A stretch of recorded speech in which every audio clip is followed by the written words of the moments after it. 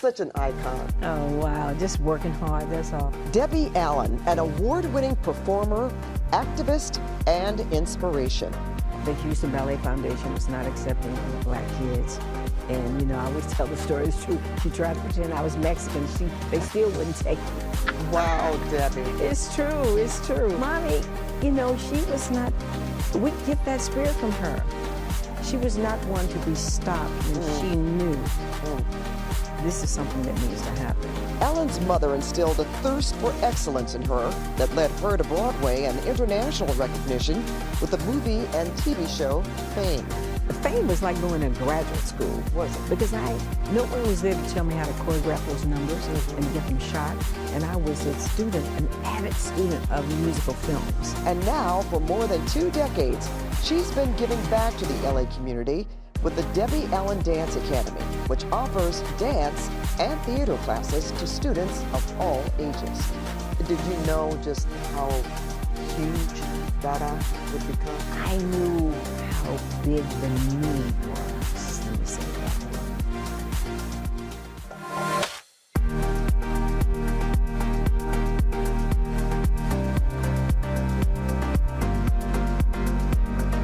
Welcome to The Conversation with Pat Harvey. In this series, I'll dive into various topics and issues with my guests in a more intimate and unfiltered setting. My guest today is an award-winning actress, dancer, choreographer. She's a community leader and the founder of the Debbie Allen Dance Academy, held here in Los Angeles. Yes, Debbie Allen. Thank you so much, Debbie, for being here. I'm so happy to be here with you. Oh, such an icon. Oh, wow. Just working hard, that's all. Yeah, but you've been working hard a long time. Yeah. In fact, if we can, I'd like to go back to the beginning. You were born into artistic excellence because your mother was a decorated and celebrated poet and playwright. She passed this year. Yeah. May she rest in peace. How did she influence you? Oh, wow. Mommy wrote a book called Hawk in 1957. It was published. And it was her story about man's transcendence to a higher level of existence. And it was really her story because she had transcended to a higher level of existence than so many people around her, and she took her children with her. So we were raised in that environment with mama, you know, with the mantra of be true, be beautiful, be free, know your own worlds of being. The inner reality creates the outer form. I mean, when we were like 5 and 6, Wow. That's how we grew up. And so she also paid a lot of attention to who we were as artists. You know, my brother Tex was playing the trumpet, and my sister Felicia Rashad was singing and acting, and all I wanted to do was dance. And she found opportunities for us in the middle of this block of segregated South. Houston. Yeah, in Houston, Texas, you know. So there's a long story about Mama. It's hard to tell. I mean, at 102, she made her ascension. Her book, Hawk, Felicia and I republished it. It's a coffee table book. It's available on Amazon. And lovely. it's, when we buried Mom in South Carolina, 3 hawks flew over the ceremony. Did you have it planned that way? No, Oh, you can't my. plan 3 hawks. Wow. And it stopped everybody. It's like, okay, Mommy's here. Yes, she definitely She was. was there. And a big 3 for her 3 children. Yeah. That's amazing, Debbie. Yeah. Really. Houston, Texas. What do you remember growing up? Because you talk about racial injustice. I know that's why your mom moved you both to Mexico City in your early years, right? Yeah. But there was a reason behind that. Well, I couldn't go to dance class. We couldn't go to restaurants. We could go to the park, the amusement park, 1 day a year on Juneteenth. Juneteenth was so special to us beyond anybody else's understanding of what Juneteenth really means. Because, yes, in Yeah. Texas, the emancipation. And that was the only day we could go to the park. And I couldn't go to the ballet school, and the Houston Foundation Ballet. the Houston Ballet Foundation was not accepting black kids. And, you know, I always tell the story, it's true. She tried to pretend I was Mexican. They still wouldn't take me. Wow, Debbie. It's true, it's true. But Mommy, you know, she was not, we get that spirit from her. She was not one to be stopped when she knew this is something that needs to happen, and we're going to find a way. Fierce, and she instilled Yeah. that in you and your sister. Yeah. But she moved you to Mexico City, right? She did. I went there. I went to school. I studied Spanish. I went to the Bellas Artes every Sunday, and I could go to dance class. And that was something. This is why I have this affinity to Mexico, and I have a real feeling about how badly we're treating people that are immigrants who are really trying to find a better way of life. Anybody that's in this country that's not Native American is an immigrant. Let's just say that, forced or however, this is not where you started. Right. And so they accepted us, they loved us.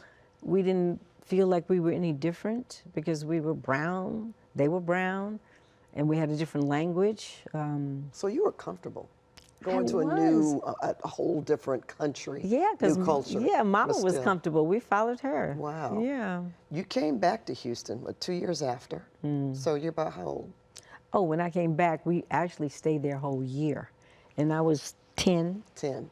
10. Is that when you re-auditioned for the Houston No, it took a little more Foundation? time because the civil rights movement was burning up this country. And I was literally 13, turning 14 before I got in. And they had a citywide audition. But by that time, Mama had found this Russian man who was a businessman, who was a retired ballet master out of the Russian school, and she got him to come and teach me privately. Wow, so she had all the foresight to do all of that. Yeah. Okay, and this is a time just trying to get the audience Yeah. to look at the years and what was involved. Yeah, a lot. I have a personal story, Debbie. I know what you're talking about. Back in the 60s, it was before the Civil Rights was passed, the Civil Rights Act, 63. My family traveled to Shreveport, Louisiana to present my brother and sister, who were twins, to our grandmother. And I didn't know at the time, because I was born in Michigan, but we stopped at a gas station. I wanted to use get a drink of water. And I got out of the car, went to a fountain, and my dad, Patricia, and I'm like, oh, he's calling me by my phone. And get back in the car. I'm like, what is he talking about? I just want to get a drink of water.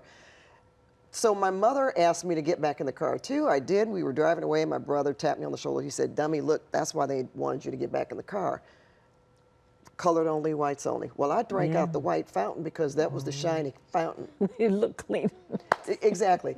And this is your story, but I just wanted to interject that I understand what you're talking about. You know that, and it's interesting because so many young people now don't have that experience, and we don't want them to have it, but things are turning back and rolling back in a way that you have to think, well, how far do they really think they can go? I don't know. And our young people should know history. They need to know the real history, and that's why these history books have to be truthful. I don't care what anybody says, they have to. And teachers have to stand for something and tell the truth. Our kids, if they clean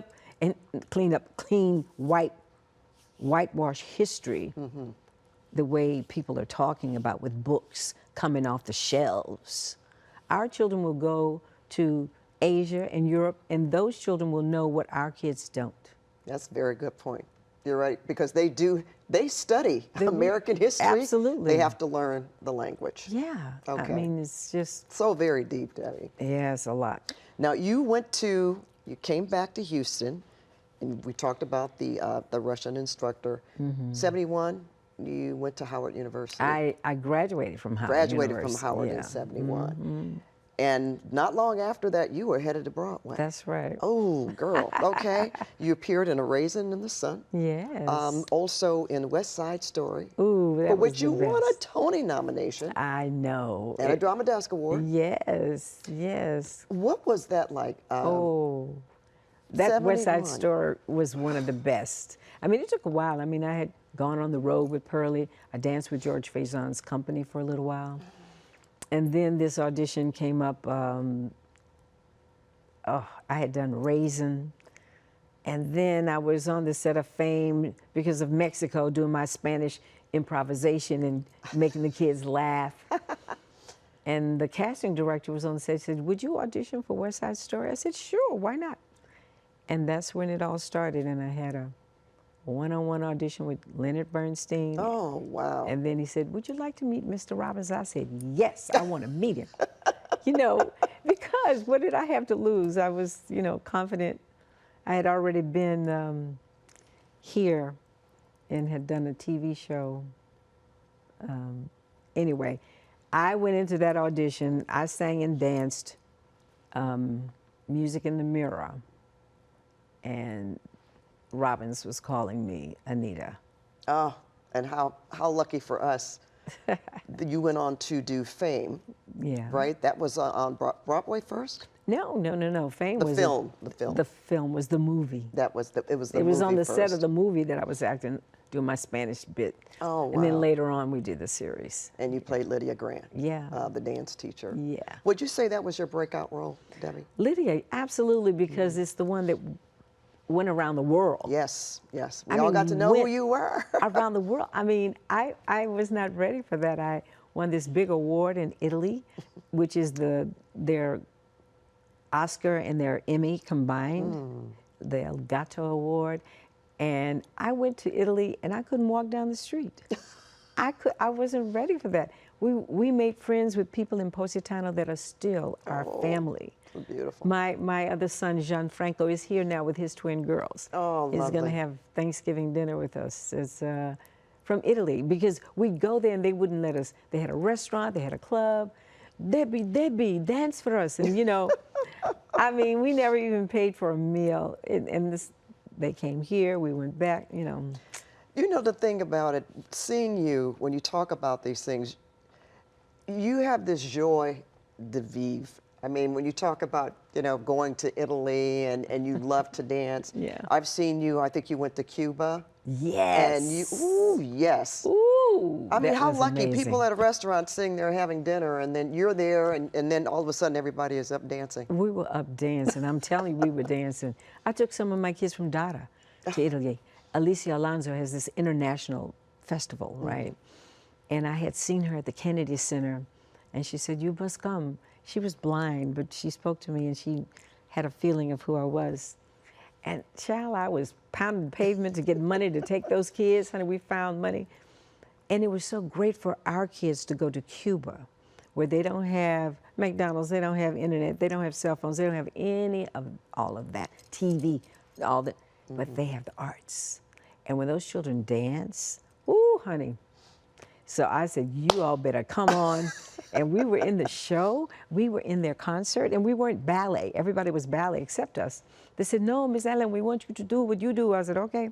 Honey, we got out there and did Maya Angelou and Aretha Franklin, a gospel piece that I choreographed. They stood and cheered for my kids. And I had threatened their lives, honey. I told them, if you come off that stage and you don't need a respirator, you marked. You're fierce. But you know what? Because, well, you come from excellence, obviously, and what your mother instilled in you, and you knew you had to be. Yeah. Right? I say that all the time. Yeah. You have to be excellent. So that's what you want from your kids. I do. We're skipping over a lot, and I'm trying to be mindful of her time. But it's okay. It's okay. all good. Well, once you did Fame, the TV show, then you did Different World. Then you start directing, producing, as well as being a choreographer. Well, I did all of that on Fame. Fame was like going to graduate school. Was it? Because no one was there to tell me how to choreograph those numbers and to get them shot. And I was a student, an avid student of musical films. So I had a sense of cinematic movement and ideas, even though I had never been to film school. I got in there and I was whipping it out. And before you knew it, they wanted me to direct Fame. Then I became a producer. And then I was like, yeah, I was ready for movies. And then I did Family Ties. And then I was going to movies. And then Different World called me. And, you know, I had gone to Howard University. Yeah. And the that was show based. People were watching it, but it didn't have any cultural relevance. And that's what I was charged with. So Felicia had been on the show as Claire Huxtable. And she had a conversation with Mr. Cosby, and they had a conversation with Marcy Carsey, Tom Werner, and I got the call. Get out there and fix that. Well, see, that's the thing. You've done so many different films, but you make sure that you bring a social consciousness You raise awareness to a lot of social and cultural issues. And I'm sure that is by your design. You feel it necessary. Yeah, I don't know, it's part of living and breathing to me. You know, because you're going to do, Howard University was the first school to take over their campus because we were demanding more African-centered studies. And then we were shocked 2 months later when Kent State did it and they killed 4 kids. We never thought about dying, but we realized that was on the table.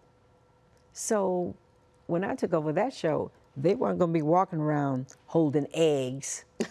They're going to be talking about something real. And it was still always fun and funny. Oh, and some characters that came from They're the so show. great, everybody. Jasmine, Kadeem, Yes, Daryl Bell, Cree grew up with Summers. them. Yeah, and Jennifer Lewis. And Oh, who is still. still, oh my God. We saw her at your last event, which I'm going to get to, Oh, which was lovely, by the way. my I love her. God. I love her, too. You know, we talk about these things that you've done, raising social awareness, and still doing them. But you also, you directed several Academy Award shows. Was it 91 to 94? I choreographed. Wow, choreographed. I didn't direct, I choreographed. And that, I have to pay great homage to Gil Cates. Gil Cates was like my personal rabbi. He was the quintessential producer of the Oscars. And after our work, we did Lion King, we did Beauty and the Beast. Oh, it was so we did wonderful. Schindler's List. We did all of these great, and he let me create something that didn't exist. Because I talked him into the fact that, I know you want to celebrate the best song, Gil, but the real meat and potatoes is the score. Why can't we do a score ballet? Because that's an award. You know, you got the baddest people in the world competing for that. Right. So, honey, I created the score ballet, and that was amazing. Oh, everything was amazing. All those shows that you were involved in. And that also brought an audience. You brought new members into, I say members, but viewers into watching the Oscars when they knew that, oh, this is going to be Debbie Allen choreography. I know, and then I got tagged for it, you know. Because no, it was interesting, because then it turned around, why is there always dance on the Oscars? It was like people were rallying against it. Were they? Yeah, it actually happened, and there was a lot of press buzz about it. And so then Gil says, Debbie, I'm sorry. I said, okay, fine. And they couldn't do it without a kick line. They had to do something. And then the last time I did the Oscars, Gil said, Debbie, okay, you're the only one that could do Crouching Tiger. Come on. I said, okay. He said, but let's have a quiet audition. I said, so we gotta hide. We gotta hide. I said, I didn't stay too long at the fair, child.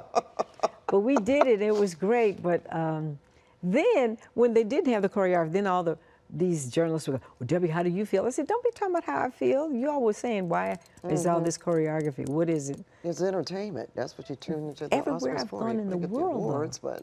but everywhere in the world, there's no separation. When you go to India, Africa, everybody dances. Yeah. Everybody is into poetry. And they don't have to be a poet or a dancer or musician. It is their cultural identity. And we have that here. So why are we, I don't know. Trying to separate. Well, you did get an honorary Oscar. Ooh, Was that last week or 2 weeks ago? yeah. Congratulations. Thank you so much. So well deserved. And we love seeing video of you and your family, Norm and Vivian and Thumper. I know. He was the host of our party. That was, and Jennifer Lewis, of course. She was breathtakingly funny and just amazing. And Tom Cruise. Let's just say that. Tom Cruise. He became the center of the whole Oscar weekend storm with us. I mean, we broke the internet. Yeah, you did. And we were just having fun. Well, that, you know, we're going to talk about Dada here because the Academy, that's where the big party was held. Yeah. But I will say this about you. I've seen you in various situations. I know you used to go to Beverly Hills at the Annenberg Center. Yeah. Or you just hold free dance, Yeah. salsa classes, Yeah. so people could just come and enjoy. Yeah. When you say you had a lot of fun, this is what, to me, you want people to do. I mean, I think you're very serious about what you do. You know, I'm business. You're definitely about business, but at the same time, you just seem to want people to enjoy and take part. And it's not as if they had to know you personally. You didn't charge anybody to come in. Just show up at the square, honey, and we're going to salsa. That's right. That's wonderful. That was so And great. that's what came through with to me with the video and your students. Oh, it was wonderful. That's your love, I know. You founded that academy, was it 2001? Yeah, yeah. What inspired you? My daughter inspired me. She really clinched it. I mean, I was already thinking about it because every time I'd choreograph the Oscars, I'd have to stop and teach dance because the dancers didn't know who Catherine Dunham was. They hardly knew Fosse. I'm like, ooh. And so Rick Carter, who is the Academy Award-winning production designer of Amistad, he and I are best friends. Which you also, did you produce Amistad? No, yeah, I produced Amistad. Yeah, I brought that to Stephen. And I was always talking about this and complaining. He said, well, what are you waiting for? What are you waiting for? I said, you know, He said, you need to just do it. I'm like, okay, I'm gonna do it. And my daughter Vivian, I had sent her away to the Kirov Academy to get the best training that I wish I had had at her age. I sent her away at 12 years old. And it was like breaking my heart because she wasn't calling home crying. Oh. She was happy. But then there was a teacher, a Russian teacher, insulted her in a way that was just unforgivable. Can I ask? He said to her, you can't dance, you never dance. You might as well audition for Alvin Ailey now. I was like, ooh, child was coming through the phone. Oh, I know you I was were. coming to get him. Does he not know who Alvin Ailey is to this country and to the world? Ooh. I said, she said, Mommy, can I come home? I said, yes, baby, come. So I stole their best teacher and all my friends from Ailey. We came together and we put this school together. They joined me, one of my friends from Amistad, Titus Fotso. It was incredible. And I wasn't a nonprofit. I didn't have any help. And Barry Gordy was the first one to send me a big donation. Forever love him for that. To get you started. That's my hometown. Yes. My Motown buddy. Detroit, honey, yeah. That's right. That's right. So you started Dada in 2001, and really, to hear you now, did you know just how huge Dada would become? Your academy has grown. I mean, it's still going. Yeah. I knew how big the need was, let me say that. I knew that we didn't have anything like this. Not on the West Coast, not in LA. So I sent my daughter away. And when I put the sign out that I was doing, I had 500 people down the street to come in. And then I didn't have a scholarship, you know, and it was like, what am I gonna do? And I was put my own savings down, and Norman was looking at me like, okay, where is this going? I said, you know where it's going. Somebody's gonna help us. We're gonna have an angel. And then Barry came, and then Wallace Annenberg came. And Shonda Rhimes. Oh, wow. Wow. But that's because of the time that you put in. And you, the principal choreographer, you taught the students. I did. You still do teach the students. Yeah, I created the Hot Chocolate Nutcracker, which is like the real tradition now here in Los Angeles. Everybody wants me to bring to New York, to DC, and maybe one day. I was going to ask, have you done that? Not yet. No, you know what I really would like to do, Pat? I really would like to make it a movie. Oh, that would be beautiful. And then everybody could experience it. It was how I felt about Amistad. Make it a movie. Amazing. When I learned that story, I knew it had to be a movie so the world could experience our shared history and what, you know. So all of these things culminate in that Oscar ceremony and that party. My brother Tex said he felt like this was the rebirth of America, the party, the Oscar party. He said because there was so much unity. It really, you could feel it. You could feel it. I mean, just looking at it, you could feel it. So just give our audience just a little bit of history about the Chocolate Nutcracker. Okay.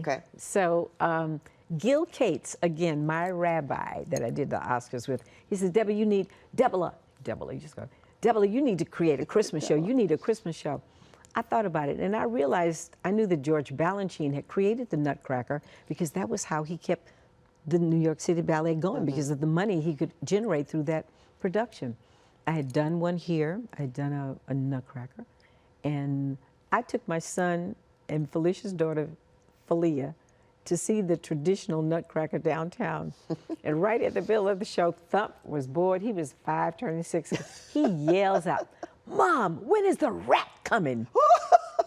The audience howled. They laughed out loud. And I realized they want to see a rat. These boys want to see, they need to see a rat, not a rat king and type. So I grew up watching the Three Stooges. Yeah, so did I. And so Larry Moe and I Curly. came with this, yes, Larry Moe. I came with the idea to make 3 rats very different, the Rat Pack. And they would take over the story and then get original music. Don't use any of the Nutcracker music. We don't use any of it. Right. And I called my friend Arturo Sandoval, James Ingram, Diane Louis. My son Thump wrote some of the music. And of course, we do close with that classic Mariah Carey. Yes, You got to have Mariah in there. But everybody came in, they wanted to, and I brought another choreographer. So we, we start out just how like it's Christmas Eve, she goes to sleep, the Nutcracker comes alive, and then the rats come in and take over. And they are a mess. And it's the most fun. It really is. We were just rehearsing yesterday. We were laughing out loud, laughing out loud at stuff we already know. And then we're preparing for the gala where we're going to have some new rats. We're going to have some new rats for the gala on December the 11th. Okay. We got some new rats coming. Tommy Davidson is coming. Oh, that's okay. Yeah, Tommy Davidson is coming, and Kevin McKidd is coming. Oh my He's goodness. going to be a Scottish rat. and Vivian, of course, I'm there. And then we're going to get Melvin Robert. You know Melvin Robert? Yes. Melvin was one of my students years ago. Give me the dates. So we start December the 4th, and we're at the Redondo Beach Performing Arts Center, and we play all the way through the 14th. This is the first time we've done 2 weekends. And we always never have enough shows. The school shows sell out like this, and we always have thousands of kids waiting. So one day somebody's going to give me a big chunk of change and buy these houses out so these kids can come see the show. Anyway, then on December the 11th, we are going to have the gala. And we brought in, for every episode, for every show, we have April Watson, who was with us when Complexions discovered her. And she became the lead ballerina for Complexions. Oh, my. She's going to be our fairy queen. And Jalen McQuay, who is one of my students, one of my best students, who's now soloist with the Dance Theater of Harlem, is going to be our prince. That's wonderful, Isn't Debbie. that great? It is beyond great. And what you've done for these kids, ages what? How young do you have to be? And To how be in the old? school? Yes. It was supposed to be 5, then it was 4, now it's 3. I thought I read 3. I know, they just kept, I said, nobody in here with a diaper, nobody. I came in there, I said, Vivian, my daughter's saying, Vivian. She said, Mommy, she's better than the 5-year-olds. I said, and she was. I went, okay, I don't see the baby. Keep going, keep going. So we just started an early bird class for the 4 to 7-year-olds, and then I started a pre-early bird class for the 3-year-olds. That's like preschool. It's the best. Oh my God. And it's so good for them. They learn early on about discipline and camaraderie, because we always teach them, but then we let them have fun, and they meet friends, and I don't know, it's a whole world of being that these children need. I wish we had it everywhere in every school. I wish it existed. Is that what I was going to say? Is that something that you would like to see done? Have you kind of experienced it or checked it out, made some little inquiries? When I was on President Bush's Council for the Arts and Humanities, and I would say to him, no child left behind. You just need to add the arts to, which is most important. The arts. No question. And he would always make fun of it. I came in there one time, I had been to India doing a big thing. It was fantastic, going to India. And I came in, I put a bindi on my head. Y'all, Debbie been to India representing the United States. He was so sweet. He was He was a character. I liked him. Oh, that's so nice to hear. Yeah. And the fact the arts actually help children, let's say they can propel or excel in other areas. For real, dude. Academics. Come on. The Science. same part of your brain that creates the poetry, the music, the dance, is the same part of your brain that will cure cancer. Oh, that's great. Creativity. Yes. You have to think outside of the box. You have to be curious. And this helps them. Yeah. And they get out, they think outside the box and also get out of their, I shouldn't say comfort zone if they're that young, Yeah, but at the same yeah, time, they yeah. learn all about that. Yeah. Is there a fee for children if they want to come to the school? Yes, we've made it as reasonable as possible. Okay, I so mean, they can go to the website. Yeah, they can go to the website, and we have a program called Sons of Dada. Oh. Any boy that wants to dance, there's a scholarship for you. We have a patron saint in a man named David Coburn, and now who's going to be joined by other people that want to support this program because they see. I have more boys in my school than any school. I know a couple of them. You a couple Of do? their, yes, we'll talk about that after. The Honey, and they don't microphone have is to on. wear tights. That's right, I heard Then that they too. learn to wear tights, but they don't have to. I mean, that was a big story point on Fame, but it was true. You know, a lot of fellas, you know, and the fathers didn't want them in there. The fathers need to calm down. Calm down, honey. So see how many barriers that you have broken, and you continue to do that. I'm going to let you go in a second, but I do want to bring up Misty Copeland, who Misty retired last month. You were there to present her. It was so very emotional, and I read where you mentored her. I did. Wow, This Debbie. girl, when I first met her, we were doing a Nutcracker here, and they said, "We'll take a look at her. She's only been dancing a year." I said, "Okay." And she walked in here. I looked at those legs and feet. I said, "What? She's how old?" I said, "I want to see the birth certificate. I want to see it. I don't believe it." She was that, and she was so sweet and so humble. And so through the years, I've been in touch with her. I've supported anything. We've done things together. I choreographed her on the Grammy Awards. It was the day that Kobe Bryant died that we were on the Grammy Awards together. And we were dancing Fame. On that day, I will never forget it. And she started her foundation. She did this documentary that's brilliant. You know, Misty is just amazing. And so when she called me to ask me to be on stage with her, I just almost wept because it was just my honor to be with her. I was there the day they anointed her. I was at that Met, honey. I was, child, you couldn't have, wow, the horses couldn't have kept me out of there. The dance world was there, and she was perfect then. And in this last performance, she was still perfect. And her little boy came out there with those so flowers. cute. He was backstage telling his daddy, "I want to go by myself. I want to go by myself." All right. So he certainly didn't have fear. You know, he had that confidence to go out on stage. Yeah. Debbie, did you ever think, you probably at some point when we just talked about your story and how you were not allowed to be in this dance program when you were very young because of racial disparity. From what I understand about Misty, she was the first primary black ballerina in 75 years. At the American Ballet Theater, yes. I know that had to strike you some kind of way. I was just overwhelmed with pride, and it's about time. I mean, we were celebrating Lauren Anderson, who at Houston had been the first black ballerina that we had seen. Here, Misty, playing Romeo and Juliet, playing all these Firebird, these major roles. It was just, now what y'all gonna do? How are you gonna try to hold us back, you know? But you had to well up with pride. I was so proud of her, and I was just happy to be there for her that night. And she sent me flowers. I said, "Why are you sending me flowers?" 'Cause you're That's Debbie the kind of Allen. person she is, though. Yeah, but you inspired her like you inspire so many other Yeah. people. What's next for you, real quick? I don't know, but Because you're not ready to stop. No, but I brought something for you. Oh, what? I bought something that you need to have. Oh,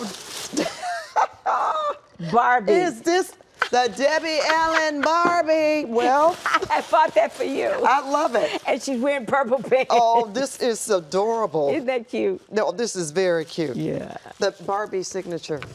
What a way to end the show. What a way to end the show. Hey, Thank you.